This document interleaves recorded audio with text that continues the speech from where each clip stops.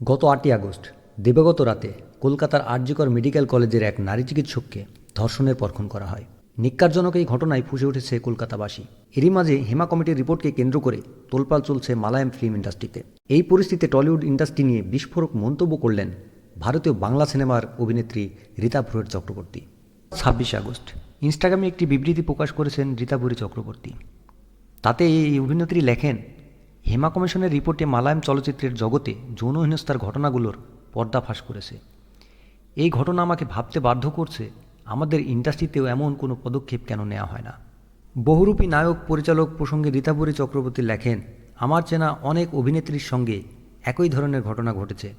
নোংরা মন ও ব্যবহার নিয়ে নায়ক, প্রযোজক, পরিচালক দিনের পর দিন কাজ করে চলেছেন, তাদের কোনো সমস্যাই হচ্ছে না। আবার আরজি করের নির্যাতিতার বিচার চেয়ে তাদের মোমবাতি হাতেও দেখা যাচ্ছে। নোংরা মানুষের মুখোশ টেনে খোলার আহ্বান জানিয়ে রীতা ভুরি লেখেন, এই সমস্ত নোংরা মানসিকতার মানুষদের মুখোশ টেনে খুলুন। আমি আমার সহ অভিনেত্রীদের কাছে আবেদন করছি, এই শয়তানদের বিরুদ্ধে রুখে দাঁড়ান। জানি আপনারা হয়তো ভালো চরিত্র হারানোর বা ইন্ডাস্ট্রিতে কোনো কাজ না পাওয়ার ভয় পাচ্ছেন, কিন্তু আর কতদিন আমাদের চুপ থাকা উচিত? যে সমস্ত তরুণ অভিনেত্রীরা স্বপ্ন নিয়ে এই কাজে আসেন, তাদের প্রতি কি আমাদের কোনো দায়িত্ব নেই?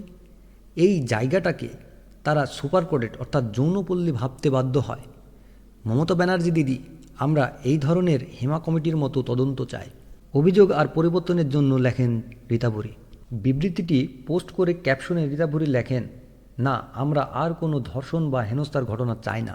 তার আগেই গুরুত্বের সঙ্গে এই বিষয়ে ব্যবস্থা নেওয়া হোক।